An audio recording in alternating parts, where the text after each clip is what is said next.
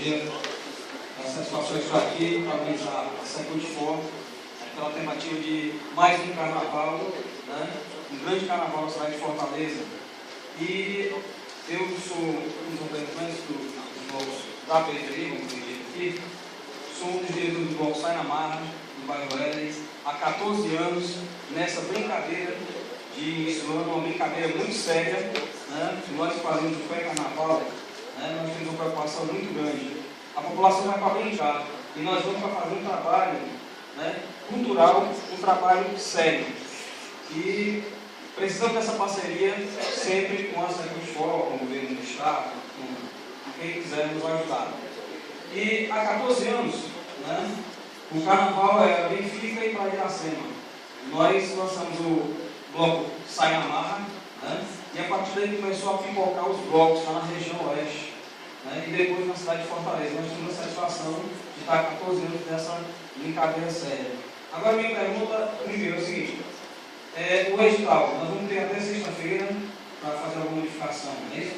Aí, como será? A gente vai fazer, vamos supor, Você vai fazer assim, por exemplo, digamos que você acha uma palavra, tem uma palavra escrita errada no item 3.1.4, em vez de ser um documento, exigir documento de identificação do proponente, exigia certidão de nascimento. Aí você vai dizer, não, gente, não faz sentido isso.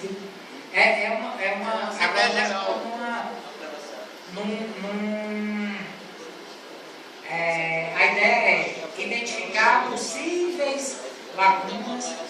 Por exemplo, no Festival de Teatro agora, um proponente identificou que estava escrito que o edital era voltado para entidades sem fins lucrativos. Não, também podia selecionar entidades com fins lucrativos. Então são pequenos detalhes que às vezes, se for para o edital propriamente dito, a gente teria um problema a resolver, nós temos até sexta-feira para ataiar o que puder ser ataiado.